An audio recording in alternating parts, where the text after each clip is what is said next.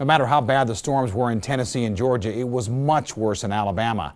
Jackson and DeKalb counties are much more accustomed to seeing the big twisters. But even by Alabama standards, the damage in Bridgeport and on Sand Mountain was enormous.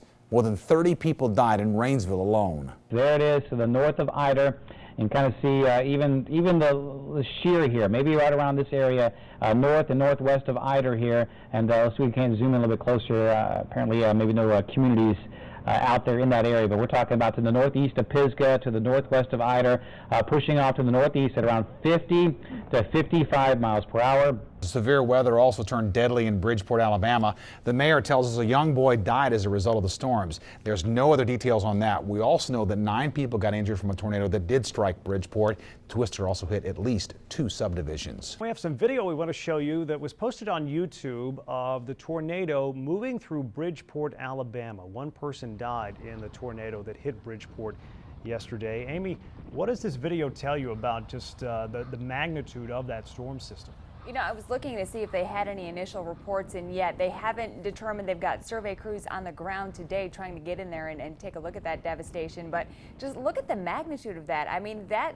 eyeballing it looks to be, you know, 300, 400 yards wide. It's ginormous. It is huge. It is just amazing that there was only 1 fatality in Bridgeport. You know, being the mayor of the town, see something like this is devastating.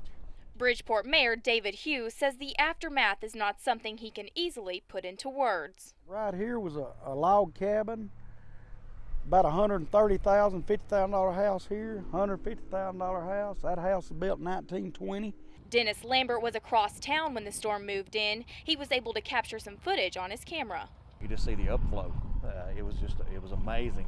And once it got far enough over, then you could see how wide it was. And my best guess, probably about a mile wide at one point. But Mayor Hughes says the town is now in recovery mode. Volunteers with the fire department work around the clock to serve hot meals to those who lost everything. Hot meal, to them, it's everything, because they don't have nothing down there.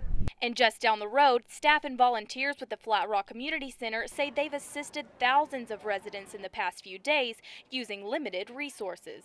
We didn't have any food, but we knew we had to open the door here.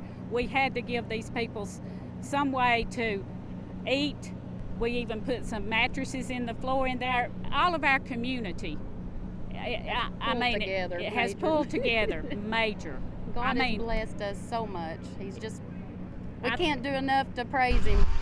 Over 30 confirmed dead in Rainsville, Alabama after last Wednesday's tornadoes hit DeKalb County.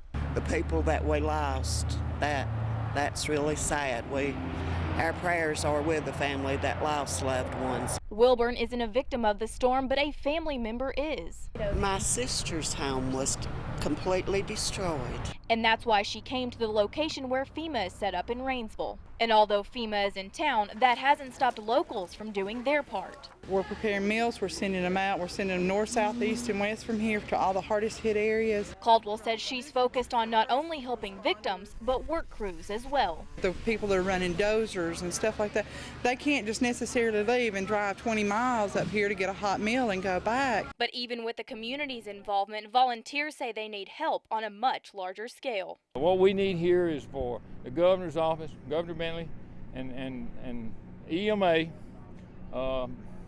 Mr. Faulkner, to give Victor the support he needs to aid us here. We're beginning an unprecedented rebuilding effort in Alabama. Ladies and gentlemen, we cannot and we will not let these people down.